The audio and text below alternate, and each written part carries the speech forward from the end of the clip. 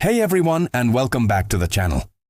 Today, we're diving into a topic that so many of us are curious about: weight loss. If you've ever typed "how to lose weight" into a search bar, you know it's like opening Pandora's box. Keto, paleo, intermittent fasting, calorie counting, low carb, high protein. The list goes on and on. It's overwhelming, right? You see one influencer swearing by one method and another expert completely debunking it. It leaves you feeling confused and maybe even a little defeated before you even start. So, let's take a step back and breathe. The sheer number of methods out there tells us one crucial thing. There is no single magic bullet that works for everyone. We are all unique. Our bodies, our lifestyles, our genetics, our preferences, and even our daily schedules are different. That's why what works wonders for your friend might not do a thing for you, and that is perfectly okay. The goal isn't to find the best diet in the world, but to find the best approach for you. Let's start with the big one: nutrition. This is the foundation of any weight loss journey. The most fundamental principle, which you've probably heard a million times, is the concept of a calorie deficit. Simply put, you need to consume fewer calories than your body burns, but how you create that deficit is where all the different methods come into play. Take low-carb diets like Keto or Atkins, for example.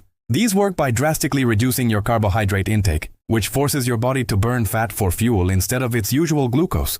Many people find success with this because high-fat, high-protein meals can be very satiating, meaning you feel fuller for longer and naturally eat less. Plus, cutting out processed carbs and sugars is almost always a good thing. The downside? It can be restrictive. Giving up bread, pasta, fruit, and starchy vegetables can be tough long-term, and some people experience what's known as the keto flu as their body adapts.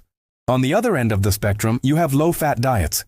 These were hugely popular in the 80s and 90s and focus on reducing fat intake, as fat is the most calorie-dense macronutrient. The idea is that you can eat a larger volume of food for fewer calories. This approach encourages eating lots of fruits, vegetables, and whole grains. However, it's crucial to distinguish between healthy fats and unhealthy fats. Our bodies need healthy fats, like those from avocados, nuts, and olive oil, for hormone production and brain function. Simply cutting all fat isn't the answer, and many low-fat processed foods are packed with sugar to make them taste better, which can completely sabotage your efforts. Then there's intermittent fasting. This isn't a diet in the traditional sense, but an eating pattern. It doesn't tell you what to eat, but when to eat. The most common method is the 16-8, where you fast for 16 hours and have an 8-hour eating window. Others might do a 24-hour fast once or twice a week. The benefit here is that by limiting your eating window, you often naturally reduce your overall calorie intake without feeling like you're dieting. It can also have other health benefits related to insulin sensitivity. The challenge? Fasting for 16 hours can be difficult, especially if you're used to eating breakfast first thing or have a physically demanding job.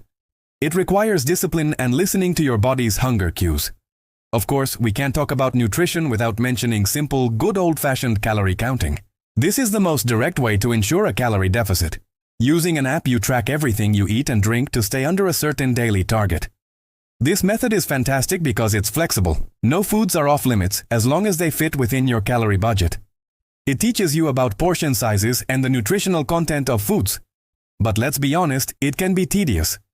Weighing and logging every single ingredient can feel like a chore and might take the joy out of eating for some people. Now, let's shift gears to the other vital part of the equation: exercise. Just like with diets, there isn't one best workout for weight loss. The key is finding something you genuinely enjoy, because that's what you'll stick with. You could burn a ton of calories in a high-intensity spin class, but if you dread going, you'll find excuses not to. Cardiovascular exercise, like running, swimming, cycling, or even brisk walking, is excellent for burning calories and improving heart health.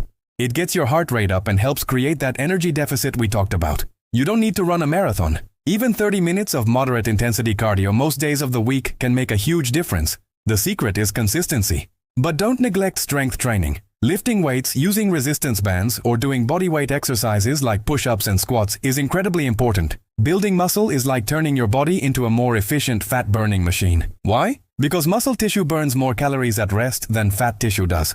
So, the more muscle you have, the higher your metabolism, meaning you'll burn more calories throughout the day, even when you're just sitting on the couch watching your favorite show. Plus, strength training helps sculpt your body, giving you that toned, firm look that many people desire. A great approach is to combine both. Maybe you do cardio 3 days a week and strength training 2 days a week. Or you could try high-intensity interval training, or HIIT, which combines short bursts of all-out effort with brief recovery periods.